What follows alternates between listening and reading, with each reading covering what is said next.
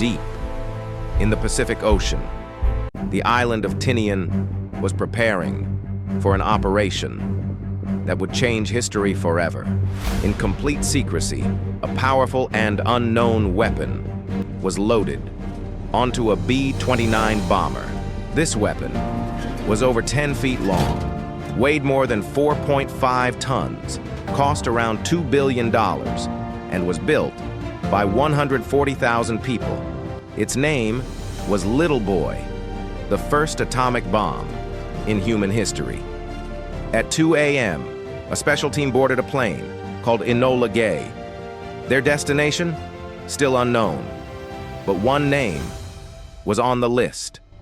Hiroshima, a city in Japan, home to 350,000 people and around 40,000 soldiers. August 6, 1945.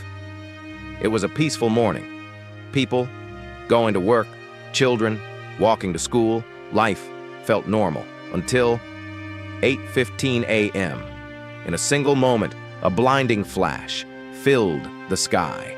An atomic explosion 2,000 feet above the city. Radiation spread instantly. Thousands died without even feeling pain. Then, a fireball, as hot as the surface of the sun. Everything turned to ashes in seconds. A massive shockwave followed. Winds moving at nearly 1,000 miles per hour. Buildings collapsed. Bodies were thrown. Over 60,000 structures destroyed. And above it all, a giant mushroom cloud rose into the sky. Darkness covered the city. 90% of Hiroshima gone. But somehow, a few survived. People like Sunao Tsuboi and Mitsuko Kuchi. Around them, there was only death and silence. Photographer Yoshito Matsushige stepped outside with his camera. What he saw was beyond imagination.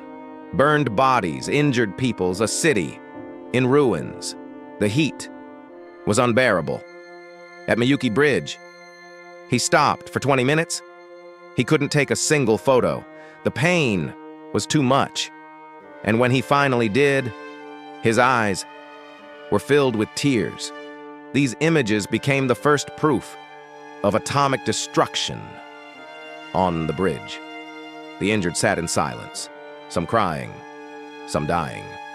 With no doctors, people used oil to treat their burns. Men, women, children, skin hanging from their bodies, walking with arms stretched out in unbearable pain. A 13-year-old girl, Mitsuko, said. They didn't look human anymore. A mother held her burned child, begging it to wake up, but the child was already gone. The river filled with bodies. Some jumped in to escape the heat, but never came back. That bridge became the line between life and death. Rescue teams arrived, but orders were clear. Save the soldiers first. Not the women, not the children. A little girl begged for help. She was pushed away. She walked back into the fire and disappeared forever. This was the cruelty of war. Later, it was discovered. Thousands of children were among the victims, most only 13 or 14 years old. Doctors confirmed these were not normal burns. They were radiation burns, skin peeling off, flesh exposed, pain beyond imagination. Days later, a strange sickness spread. Vomiting, bleeding, hair loss, the silent effects of radiation. The survivors were called hibakusha, but instead of support, they faced fear and discrimination. Every year, on August 6th, at 8:15 a.m., a bell rings in Hiroshima. The city falls silent to remember and to pray for peace.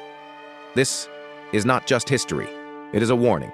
Yoshito Matsushige passed away in 2005, but his photos still speak.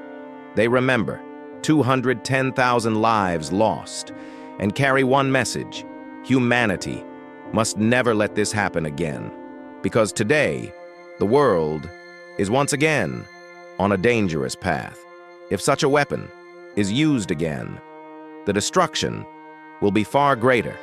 Modern weapons can erase entire cities in seconds.